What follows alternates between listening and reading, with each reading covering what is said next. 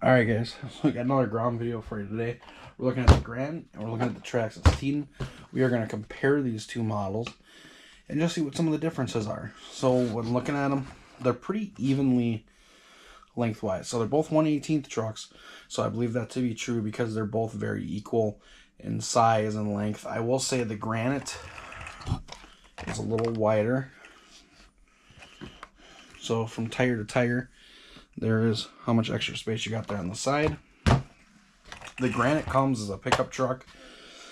The Teton comes as more of an SUV, and this ain't the body you get on it when new. I actually painted this body for my fiance. So this is my fiance's truck. This is my truck.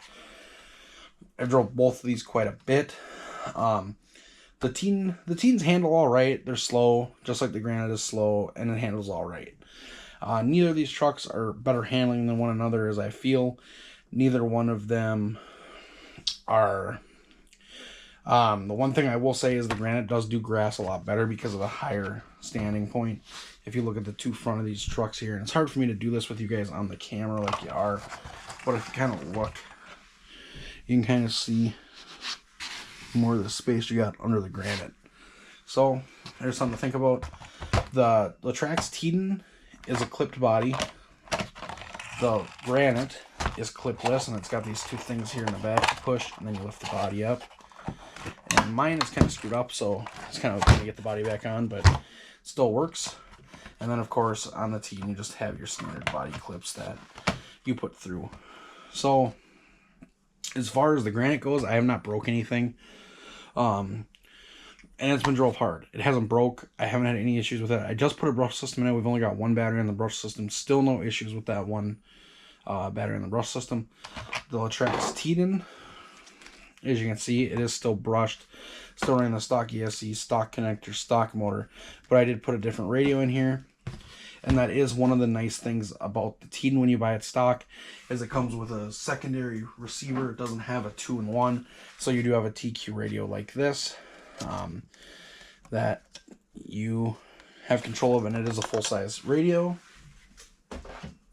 The Granite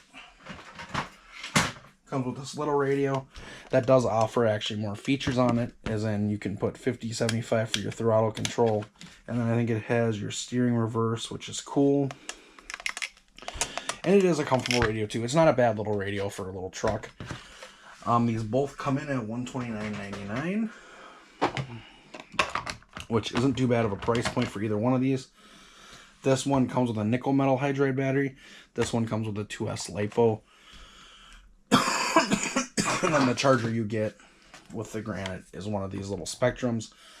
I think these just come with your standard wall charger, which isn't a bad charger, but it does take forever to charge. The Granite charges up a lot faster with that charger.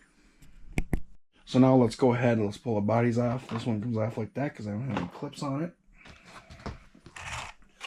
This one you're going to have to get behind it. You do need to use two hands for it.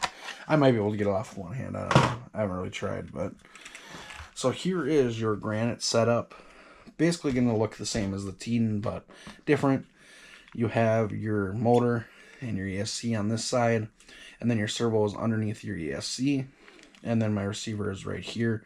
This is not stock. This is upgraded, but same kind of setup, except for you'd have your 2-in-1 here with your servo underneath it. And then here is your clipless design. You pull the body forward, back into there, and then just push it down in the back, and it runs up. As you can see, we do have a tub chassis. We have independent suspension, just cheap plastic shocks. But they are set up pretty nice from stock. Now if we take a look here, kind of the same deal. You have your servo over here on the right side of the vehicle with your motor. Then you have your ESC and your receiver pinned up on the top. And usually the receiver would have a plastic cover on over it. I just took it off because it didn't bother me not having it on. I don't plan on driving it through water. And then you do also have a battery hold down here with a clip. This does have a metal center drive shaft. The Granite is a stock plastic drive shaft. This is also stock. I did not upgrade this. However, I did upgrade the drive shafts in the front. because I did break them like on the first run. The suspension on the Teton is not bad. It is independent suspension all four corners, but the Granite has dual A-arms. This has more of your type of link on top and then an A-arm on bottom. So this would be your stronger setup on the Granite. And then the steering servo in here comes stock is plastic. It is cheap junk. The Granite steering servo is metal and it does a good job. And it is pretty fast and reacts good. The stock servo on this was absolute crap. As you can see, suspension wise, they're not too bad, but your Granite does sit up higher. So I'll just simply get the bodies on your Granite. You will just come like this, come like that, and then you just gotta make sure you get it lined up in the back like that. And your Granite, or your Teton, sorry, simple as can be. Same design they've had many years, just has clips on it. I think it's kind of ironic right now that we are comparing a Traxxas and a Arrma, and the Traxxas doesn't have clipless, but the Arrma does. I just think that's kind of funny because Traxxas came out with the clipless design first, and about all their vehicles have it. And I don't know, maybe their new Teton does too, but this is an older Teton. I've had this since they first came out, so I mean, I've had that a long time. Something else to mention is that on your Granite, your tires do come glued. They do not have foams. Same with the Teton, they don't have foams, but they come unglued. I did glue these ones that are on it. Flip them over and look underneath. You can see Arrma. It just has this very, very nice, thick, heavy-duty design that you feel like if you took this chassis, slammed it down on the table 100 times, it would not break. Traxxas has this little thin, weak-looking design on the bottom, and it just looks extremely cheap. And it looks like if you slammed on the table even once, it would snap in half. Let's get some weights on these. I'm curious with this one because I want to actually find out which one is heavier. So if we come here, turn on my scale.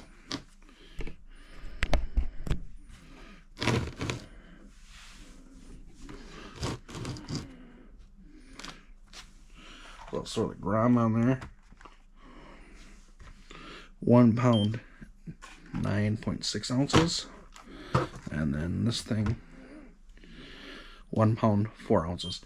So the Granite is heavier, of course, and you can tell it's heavier just by feeling it.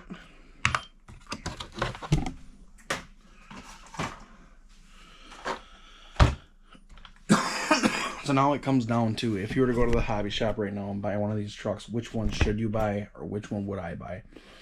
So if I went into the hobby shop knowing what I know today, I would definitely pick the Grom over the Teton. And that's rare for me to say when it comes to a Traxxas versus Arrma product. I've always been a big Traxxas fan. I've owned a lot of Traxxas. I've owned a lot of Arrmas, and I haven't had the best of luck with the bigger vehicle Arrmas, such as the 1/8, the Creightons, the Outcast, the things like that. I have had them. I do have an Infraction, and I love that thing. It's pretty fun. I haven't done a lot of videos on it, though, because I got it after they were really popular, and anyone wanted to see a video on it anymore. The Teton, it's a fun truck, but it is a really cheap toy, and it feels like a cheap toy in your hands, and it's about as close to toy grade as you can get when it comes to an RC. And I ain't saying you can't replace parts on it, because you can, but just the feel of it feels like a Walmart toy. The Granite has some weight to it. It feels good. It feels awesome. It feels like you can put a brushless on this and you're going to be able to bash it for days. I would say you throw a brushless in the Teton and you're going to eat it up right away. I believe these are both running plastic diffs. I believe the Arrmas to be a little bit stronger. I've had no problems with these diffs, and this truck has tons of runs on it. I did buy it used, but the previous guy even ran out a ton. As you can tell by looking at the body and things, it is beat up. It has seen use, and it does not have any issues. It is fine. You can see no diff noise. This thing sounds like a plastic little toy. So, guys, it is really up to you what one you buy or which one you would like to get. If you have the money, maybe you can buy both of them and consider it for yourself of what you like, what you don't like. I'm blessed to be able to own both and all the Groms. I will say I like the Grom series a lot more than the Latrax series as a whole. I think the Groms are built a lot better. I think they hold together a lot better, and I think over time we're going to find out that they are a lot better truck, even in stock form. As far as speed goes, I don't remember what the Teton does stock. I think it was pretty close to what the Granite was doing. So as far as that goes, you're pretty evenly matched, and you can make either one as fast as you want. It just depends how deep of pockets you have and what exactly you want, and when things start breaking, if you can upgrade them. I think the Teton would be less of a survivor when it comes to upgrading to brushless, but that is my opinion. And I think the Granite Grom, or any of the Grom series, will outlast the Teton when it comes to a brushless system. So guys, I hope you enjoyed the video. If you have any questions on either of these trucks, don't hesitate to ask. I will try to point you in the right direction. So thank you guys so much for listening to me.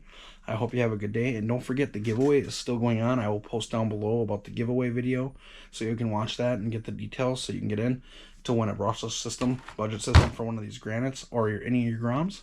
Alright guys, thank you.